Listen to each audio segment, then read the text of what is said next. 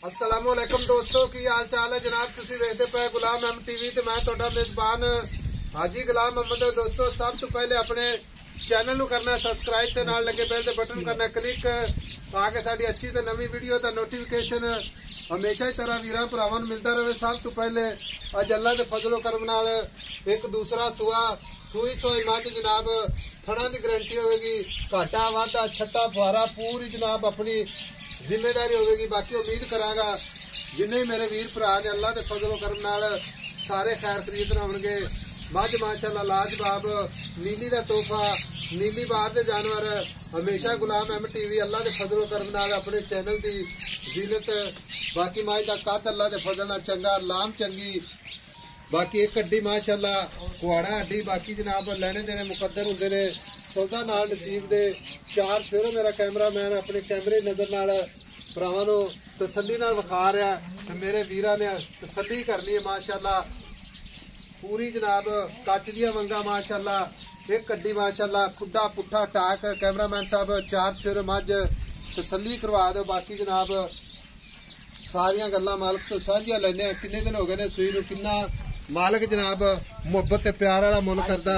बाकी order quality माशाअल्लाह गाड़ी पिछाड़ी कैमरे नजर है पद्धर जगह ते मझ अल्लाह दे फजल नाल कोई अगों नीवी नहीं कोई जनाब पिछों उच्ची नहीं दी बिल्कुल जनाब लेवल च खड़ी है। बाकी जनाब पशम पूरी गिट गिट माशाअल्लाह।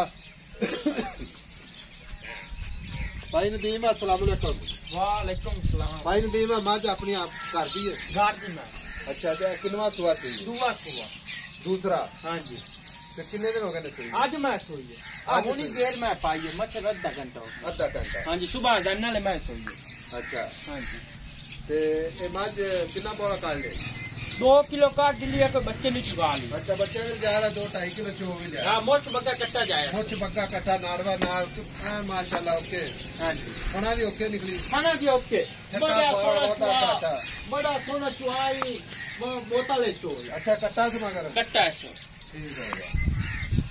भाई नदीम चुहाई च माशाल्लाह ओके मैं आपने छट्टा फुहारा वाधा घाटा कोई वीर भरा अपनी गारंटी ते माशाल्लाह अपने ते तबार करते ने। हाँ जी। पूरा जनाब जेड़ा ना आप गल जी साफ सुथरी। हाँ जी हाँ जी।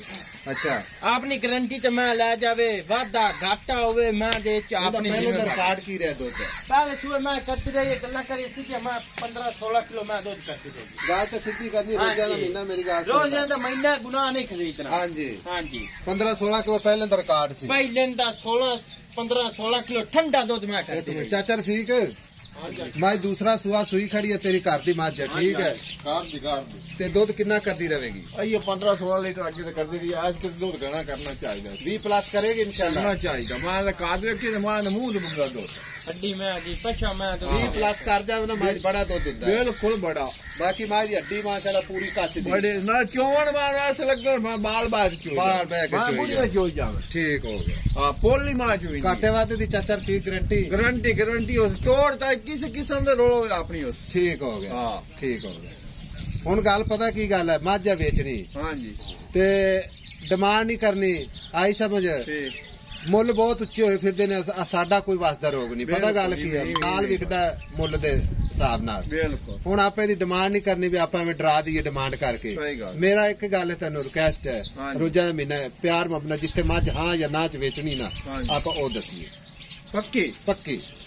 मैं 8.5 लाख मंगने आ ते मैं आप 8 दी वेचनी पहला 8.5 लाख मंगना वेचनी 8 लाख कोई मोहब्बत कर प्यार कर मेहरबानी कर। अच्छोर हुन 6 फुट दा ते ही मैं काट कर दी।